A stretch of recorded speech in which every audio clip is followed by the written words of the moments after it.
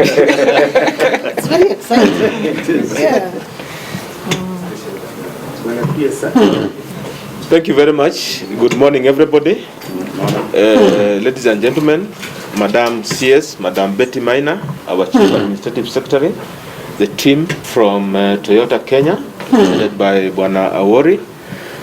We are here this morning to receive and see an innovation from Toyota Kenya. And without wasting any more time, I would like to invite the team leader of Toyota Kenya to kindly introduce your team so that we can be able to know who is in the house. Thank you very much. From Toyota Kenya, we have first and foremost our Managing Director, Mr. Vinda Reel. We have our Chief Operating Officer, Mr. Joshua Anya, and our Chief Engineer, Augustine Juma, who's assisted by Tom Adorio, with everybody wearing masks. I can't even remember.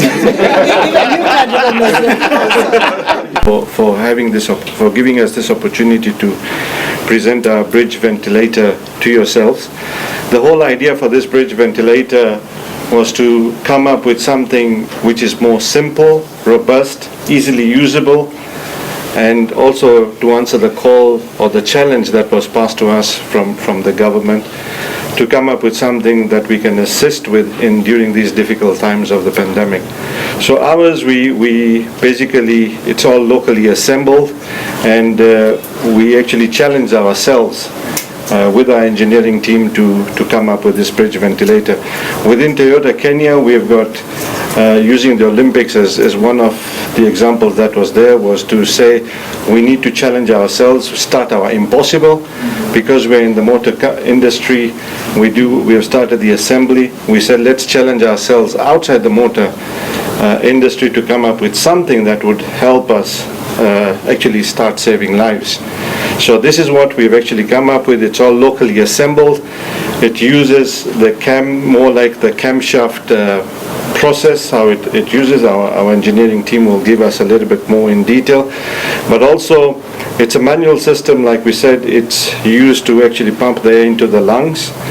We can regulate the breaths that is actually required using the mechanism, and more so it can use battery as well as electricity. Battery using the smaller batteries, like even a motorcycle battery, to a larger battery that is there.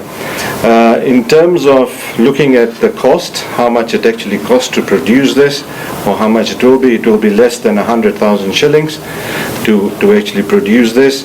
We were asked earlier how long would it take to assemble. If all the parts are available, we can do each assembly within the hour. So in a day we can produce roughly between, let's say, 15 to 20, depending on how long we can actually set up a production cycle. So having said that, I'll just want to hand it over to Augustine Juma, who's our head of engineering, to actually explain the workability of this concept that we have come up with. Juma. Thank you. MD. Basically, the challenge you are given is we are looking at this machine is the bridge. Why is it the bridge? We are looking at the ambu bag, and we are looking at the sophisticated ventilator. So we came up with a simple, robust, and efficient way, which uses the motor for the vehicle, our Toyota Land Cruiser, and then we developed these cam discs. The cam discs are used for delivering the volume, because one of the critical aspects of this is to deliver the right tidal volume to the patient. Then we also have the breaths per minute, which needs to be controlled, so we have a control unit here to do that. So, and not only that, once we've done that, then we need to make sure that the pressure that is being delivered to the patient does not go to the red zone. It should not be more than 40 centimeters of water. So as we will be doing the demo, you need to check this just to make sure that we don't go beyond the yellow zone. So simply put, everything here is done locally, and actually the setup, putting the connections for the power and also changing the disk and everything, you do not need any tool. You'll only use your hands to do that. So I'll quickly do a demo. Once we have connected, currently it's connected to the electric power, but you can also connect it to the battery.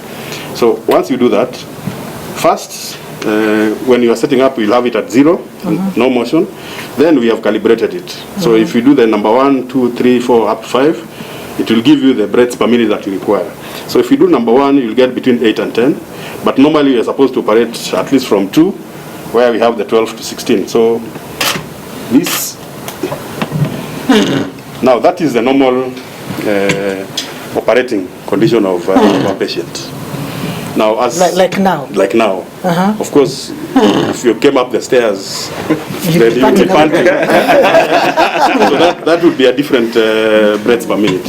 But of course, we know that the patient, as it gets worse, they require a lot of breaths per minute because they need more air, the rate of air coming in. So these discs, we have calibrated them to give us, depending on the condition of the patient. And currently what we have is around 500 mils, which is the normal standard of a normal operating patient.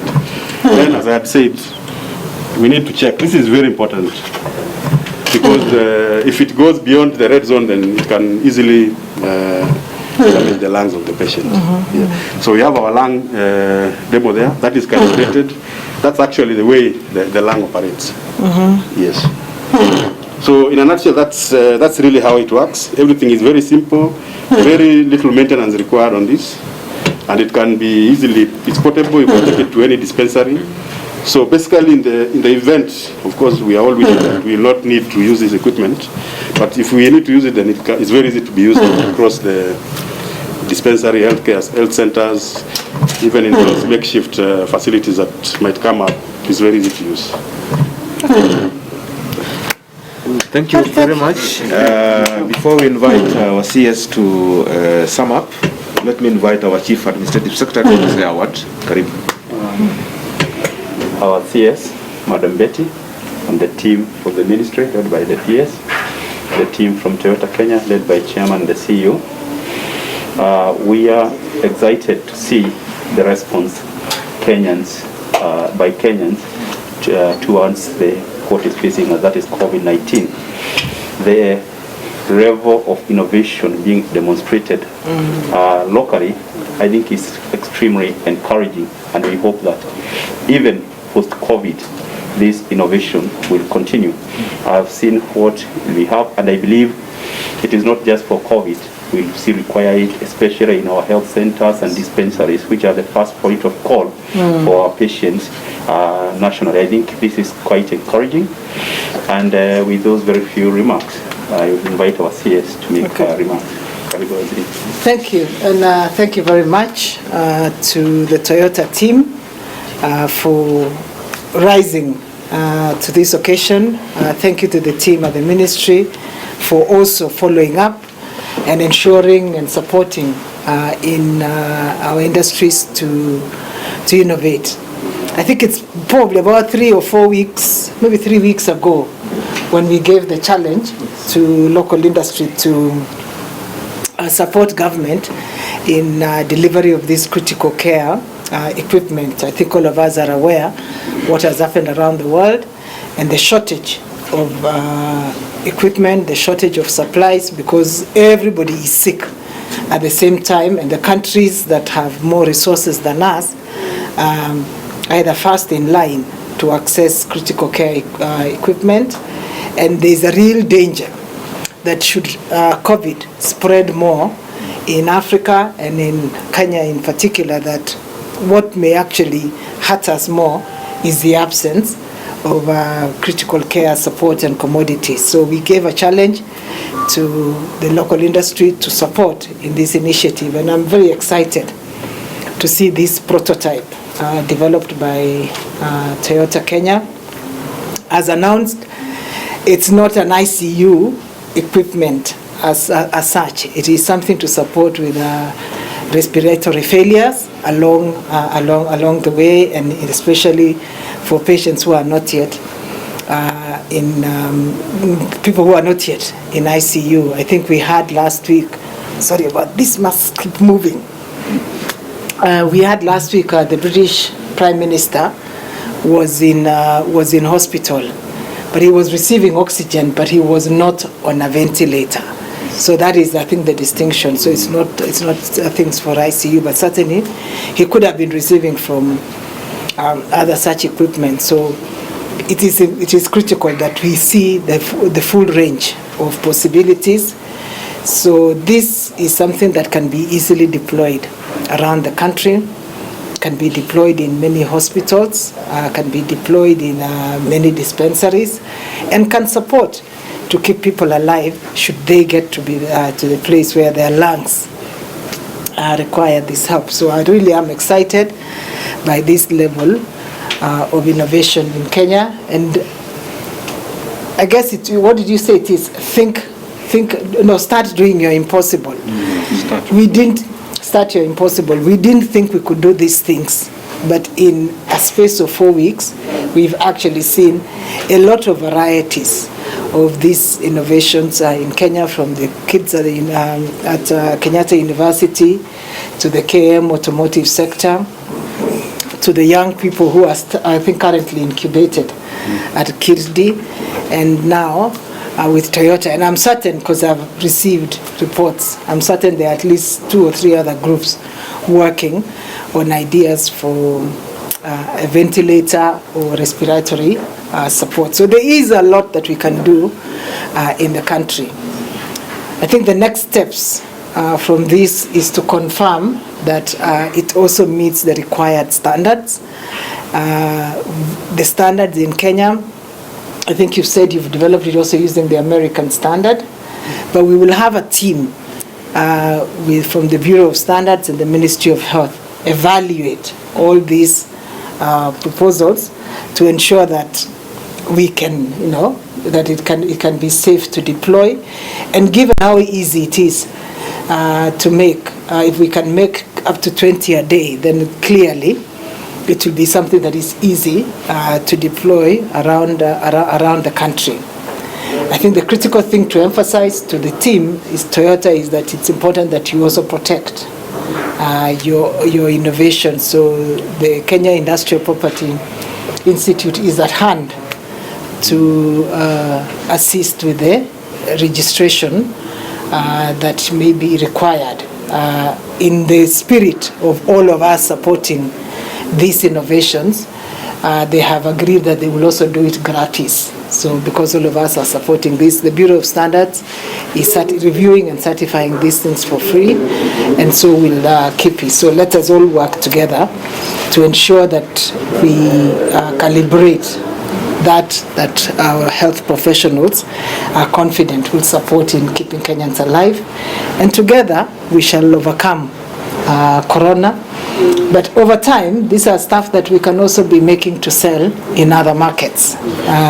Nurses don't have to be pumping the ambu bag. At least this has assisted them very much. So we can deploy our resources that way and sell these products. It will be an exciting day for Kenyan industry.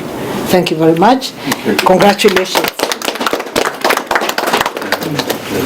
Okay. Thank you. Thank you very much. Yeah. I think we'd just like to say that the first 15 units, we will be donating them. Oh, brilliant. To the COVID response. Okay. Oh, thank you so much. And then we've invited our other collaborators to make similar pledges. So the first 15 from Toyota Kenya, and then thereafter I'm sure we will get others coming in to support through the giving of these machines. Thank you very much, Dennis. And I'm certain, looking at this, the way this is made, I hope this is also a partnership you can reach with our Juakali sector. Absolutely. To cut and, especially for the large assembly, I hope that there's a partnership with the guys in the Juakali sector to be able to make these plates. Yeah, absolutely. Asante sana. Thank you. Thank you so much. Mr. Waziri, yes. My name is Alan Auko from KBC TV. Yes, up to now, perhaps maybe you could indulge us with how far are we to seeing some of these inventions, this innovation in our hospitals? How far are they since we started seeing the first prototype? And also, in the ground, some of our individual manufacturers are saying it hasn't been easy to get their innovation to be seen and to be ratified and so on and so forth. Maybe you could say a word or two about that as well?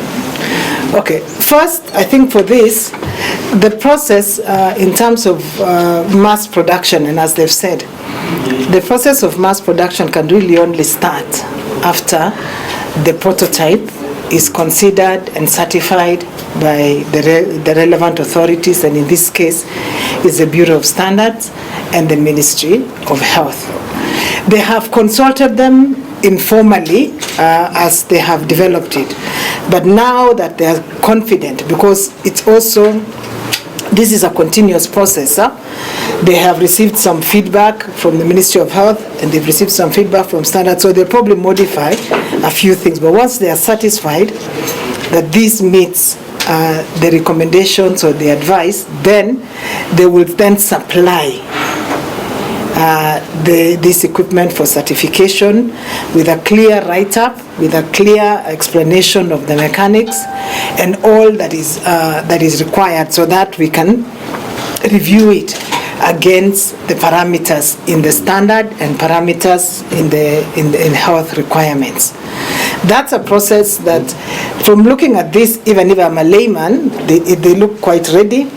The one we saw the other day also looked quite ready. They were, as you remember, they said they were going to modify the design to make it a little bit more compact, and they were going to do that within 5 days. So the PS is going to work with the Bureau of Standards to convene that technical review team at KEBS next week. Once it is cleared, then the process is up to them in terms of production. So I can actually expect that everything going okay, this should be in production within 2 weeks. Yeah. And about the individual manufacturers? Now, the individual manufacturers and innovations, I'm not sure who they are, because it's hard to, respond hypothetically or without knowing, because we remain very open to receive proposals from different manufacturers on their innovations. The Kenya Industrial Research and Development Institute has actually been at the forefront of working with a lot of these innovators. KIE has been at the forefront of incubating them.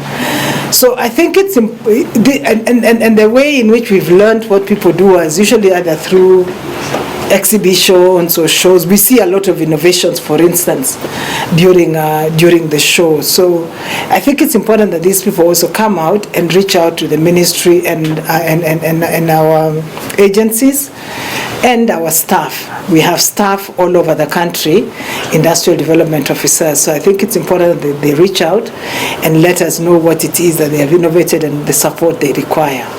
Yeah. So would you say the manufacturing sector in Kenya, even beyond this COVID-19 pandemic, will be stronger than ever, and that we can have other ways of, even bringing in the Juakali sector into all of this, into making something bigger? Oh yes, I think that one we can say for certain. We are learning a lot about what we can do. The changes globally around in supply chains means that we're going to have to rely a lot more on shorter supply chains, and that means that we need to build ourselves and build ourselves in the region so that you're not caught up with disruptions. Yeah, so yes, I expect that we shall have a real boom and focus on new areas of manufacturing post-COVID, and that's the plan of the ministry. Yeah. Okay. Thank you very much. Thank you so much. Good. You know that these guys from the guy from KIE? No, we haven't met yet. Yeah. But I'm sure if I remove like this, you will do the